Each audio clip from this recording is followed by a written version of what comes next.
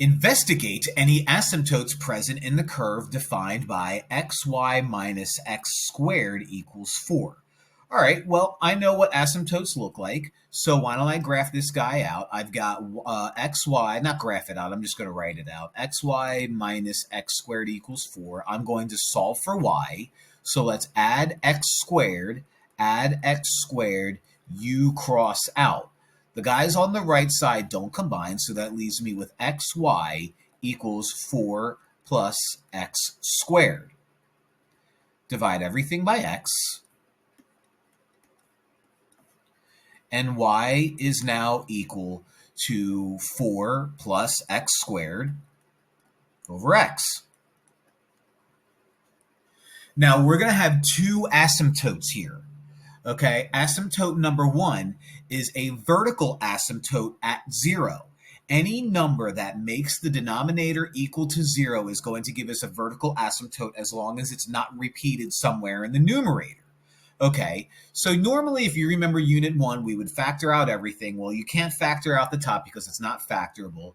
And this is already factored on the bottom. So we have a vertical asymptote at x equals 0. Now, before we say we're done, we're not. Investigate any asymptotes. Well, you might remember from Unit 1 that if your degree in the numerator is 1 higher than your degree in the denominator, you have what's called a slant asymptote, which means no horizontal asymptotes. The way you find a slant asymptote is you use polynomial long division. So x divided by, write this in order, x squared plus 0x plus 4, and then we do a little bit of division.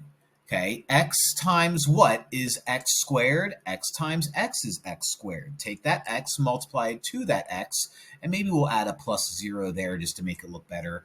X times x is x squared. X times 0 is 0, so plus 0x.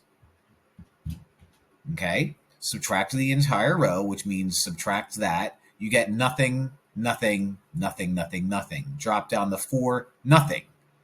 So you might be like, oh, there's a remainder. We don't care about the remainder. Basically, when you divide x from 4 plus x squared, you get x, which means we have a slant asymptote at exactly y equals x, which is a perfect diagonal going through the origin.